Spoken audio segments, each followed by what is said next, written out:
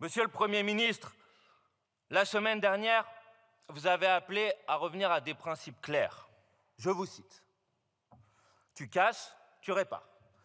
Tu salis, tu nettoies. Tu défies l'autorité, on t'apprend à la respecter. Je vous prends donc, Monsieur le Premier ministre, au mot. Tu casses l'État, tu t'en vas. Tu salis la République, tu pars avec ta clique. Tu défies le Parlement t'apprend à le respecter.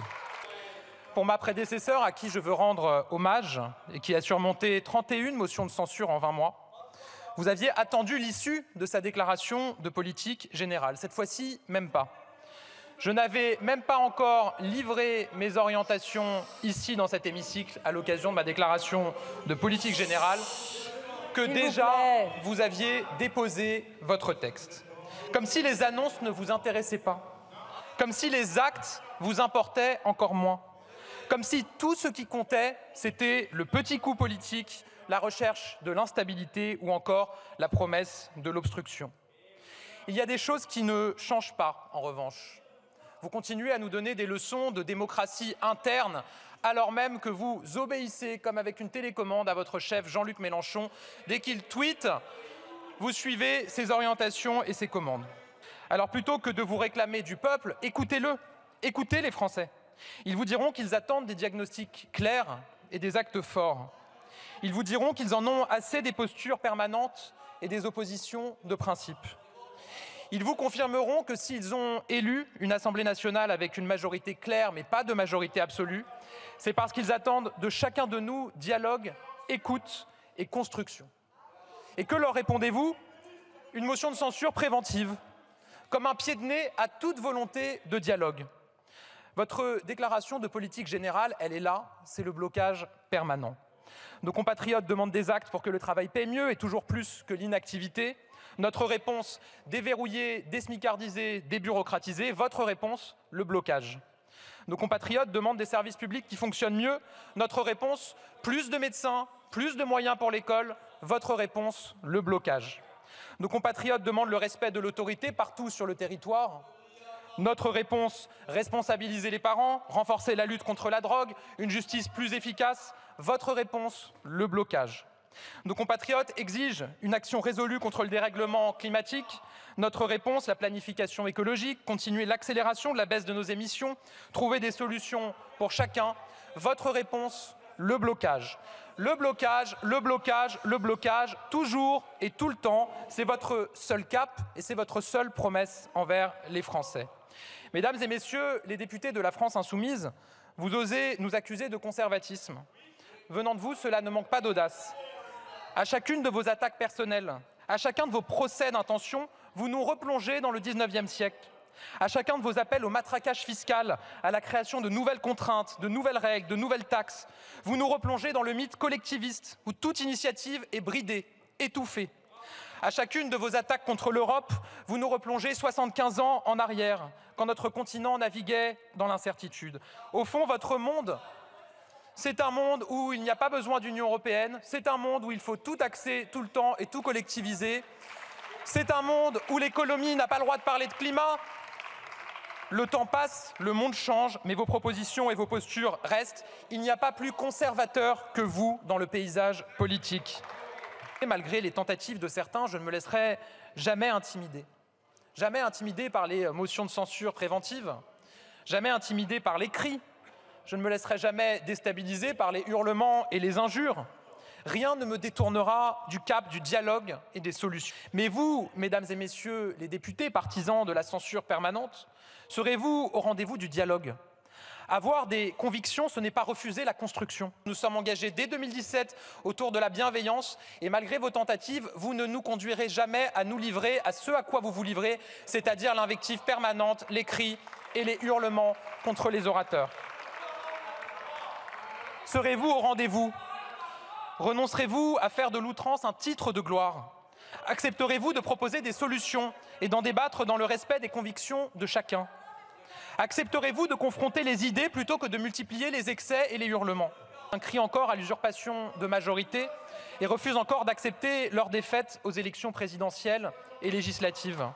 Monsieur le Premier ministre, Tout le monde sait que vous n'êtes qu'un obligé. Le président de la République a fixé votre cap. Il vous impose ses ministres, il court-circuite vos annonces, il s'impose même en conférence de presse à quelques minutes de votre discours de politique générale. Alors allez dire à celui qui vous envoie que son règne n'a que trop duré et qu'en vous censurant, notre intention est bien de le censurer lui, de vous censurer vous, tous, cette caste privilégiée à combattre, comme l'a dit dans un rare moment de lucidité votre ministre de l'école privée. Il faut vous censurer pour protéger le peuple des souffrances que vous voulez lui infliger.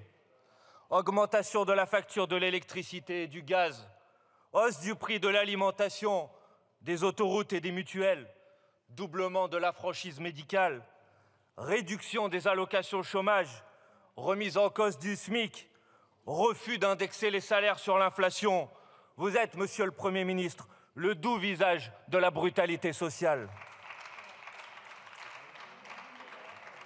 Il faut vous censurer pour faire régner l'intérêt général plutôt que l'entre-soi.